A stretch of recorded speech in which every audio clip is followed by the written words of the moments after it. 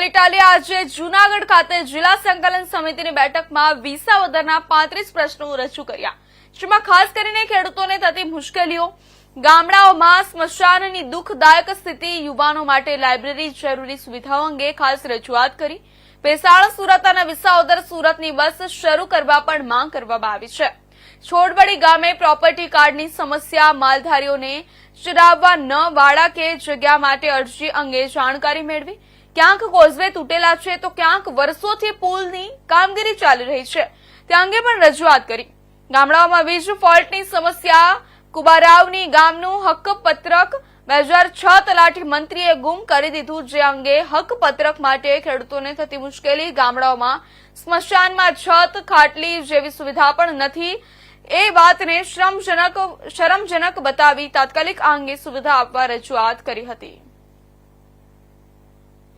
મીટિંગમાં મળ્યો છે. આ બહુ દુઃખદ અને ગંભીર અને શરમજનક બાબત છે કે આટલી મોટી સરકાર હોય, 100 ગામડાના સ્મશાનની અંદર વ્યવસ્થા અપૂરતી હોય, તો એ બાબતની પણ આજે મેં રજૂઆત કરેલી છે. આ સિવાય યુવાનો માટે લાઇબ્રેરીની ચર્ચા કરેલી છે.